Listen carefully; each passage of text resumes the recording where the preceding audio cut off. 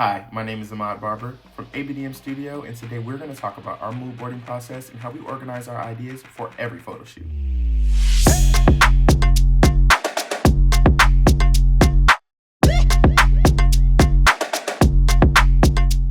Mood boarding is such an integral part of our photo shoot planning process. It really is the phase where we allow ourselves to dream, explore, and imagine all of the possibilities for our ideas. But what we've learned is imagining is one thing, but communicating your idea is a completely different story. We've learned that communicating your idea directly affects how the client buys into them. So today we will not only go over our mood boarding process, but how we organize our ideas to get our clients to buy into them. When working with clients, we first receive a brief. A brief articulates the work scope and overall details for the photo shoot.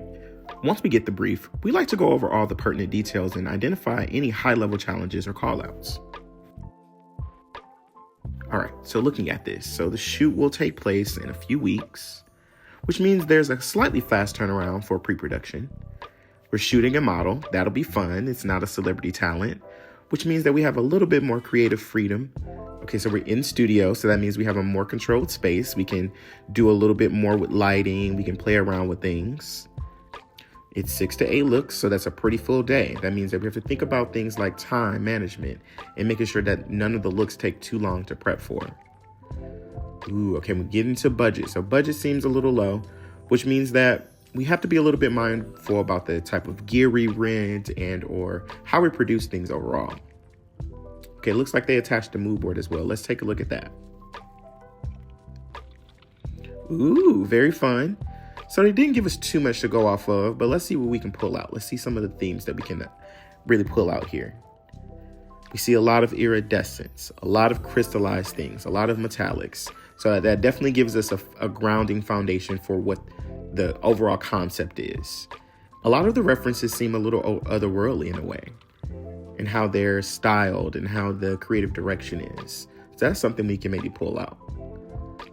There's also a lot of creative and abstract elements into how the image is actually shot. We see some image blur. We see maybe a star filter being used to really enhance those crystallized elements. So that's something that we can really pull out. That also tells us that the client is looking for something that's a little bit more creatively pushed and a little bit more abstract. This is going to be fun. Once we've digested our brief, we go into reference gathering phase. This is the foundation to our mood boarding process, as this is where we get all of those reference images and do all of our foundational research to really build out our mood board. Now, during this phase, we can use many tools. We use Google, we use models.com, we even use coffee table books from our bookshelf. But our main tool that we'll use as a foundation here is Pinterest. Now, we build Pinterest boards all of the time. We use them for building things for our personal stories, building things for clients, and even just really researching and gathering ideas that we can use at any moment. So if you haven't used Pinterest before, it's like a huge search engine that pulls up images based on your keywords. When we start our Pinterest boards, we always start with generalized words to help get us going. Let's start with something like metallic model editorial and see what comes up. Before we get too far ahead, let's actually save our first image to create our Pinterest board. We have to name it. Sometimes we have high profile shoots that we're not supposed to show anyone. Let's invite Dante. We love Pinterest in this way also because we can collab and mood board at the same time from different locations. Now we're off to the mood board races. We continue this method of switching in and out various generalized words to get a good foundation of images and also get into the groove of our search.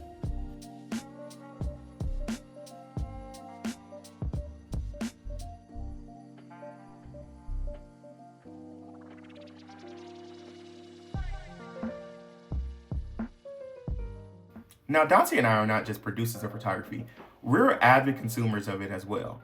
We love studying the industry, seeing what new magazine covers are out, seeing what new model editorials are out, seeing what our peers and favorite photographers are producing as well. With that in mind, we'll include some of that in our search, so we'll begin to add our favorite photographers' names, models, and magazines to the keywords to see what comes up.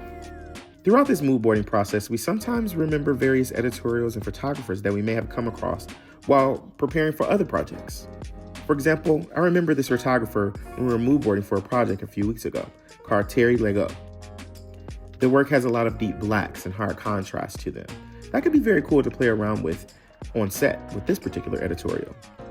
Now I am actually thinking of a beauty image, so let's change the editorial to beauty and see what comes up.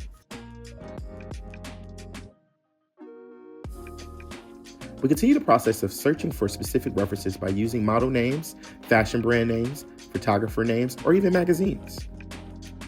We even harken back to some of the references that the client sent over to see if there's a way to build upon their image references as well.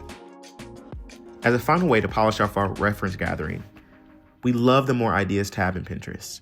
It auto-generates new ideas, new references based on what you already pinned to your board.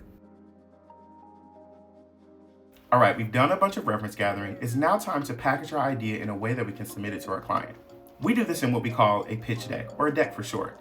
It's just a document that overviews our idea and really shows how we plan to execute the story. Now, we aren't always sure who's going to receive this deck. It can go to a range of people. It can be the photo editor or creative director. It can go to the talent that we're shooting. It also can go to the team members like set designers, wardrobe stylists, hair stylists, makeup artists. So we really have to be detailed about all aspects of our vision so that no matter who's picking up the deck, they understand exactly how we plan to execute our shoot. To help us not have to reinvent the wheel every single time we're doing mood boarding, we've created a mood board template in Keynote. This template has some of our foundational slides and layout guides to help us build mood boards that much more efficiently. Now, we love to start our mood boards with buzzwords. Not everyone is visual, and these words help create a context for our vision. We tend to take cues from the initial mood board as well as what we've explored throughout our mood boarding process to create a bridge between the two.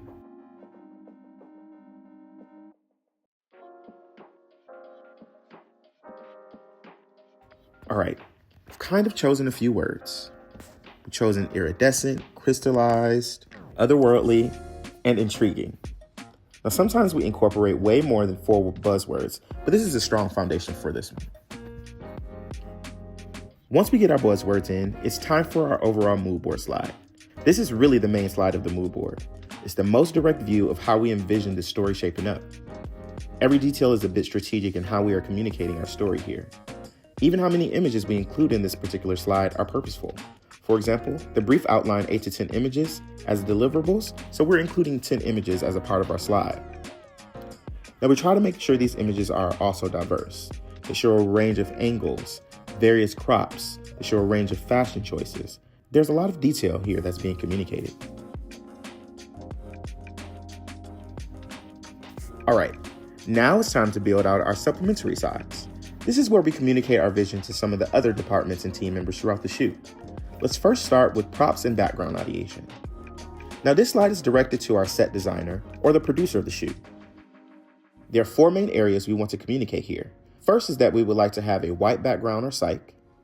Second is that we would like to have a black backdrop or duvetine on set.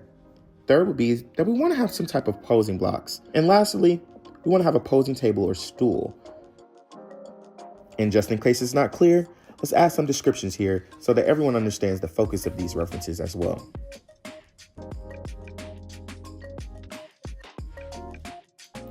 Now we continue on in the same way by adding references for lighting, as well as providing some additional inspiration to allow people to do their own exploring and expanding on the idea as well.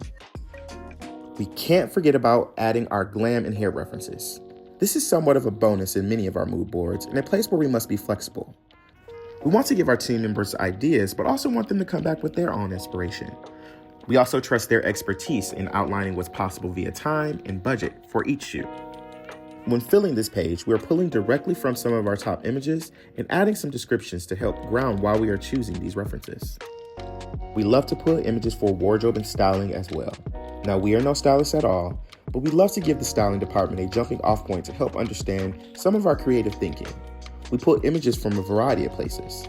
Of course, this time is Pinterest, but we also use Google, Vogue Runway. We go directly to fashion brand websites, things like that. Any place that can give insight to how we want the wardrobe to elevate our idea. We also like to add descriptions here. This helps to articulate that even if the clothes don't look exactly like our references, here are some creative elements that we would love to be incorporated and brought to set.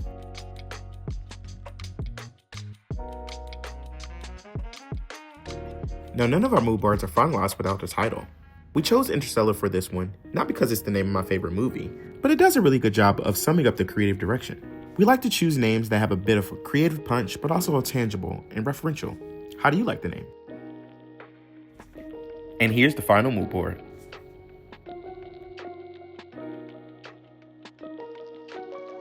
All right, there you have it. Our process on mood boarding and how we package our ideas to communicate them more effectively to our clients. Drop a comment below if you learned something new today. Stay tuned for more. Let me show you something.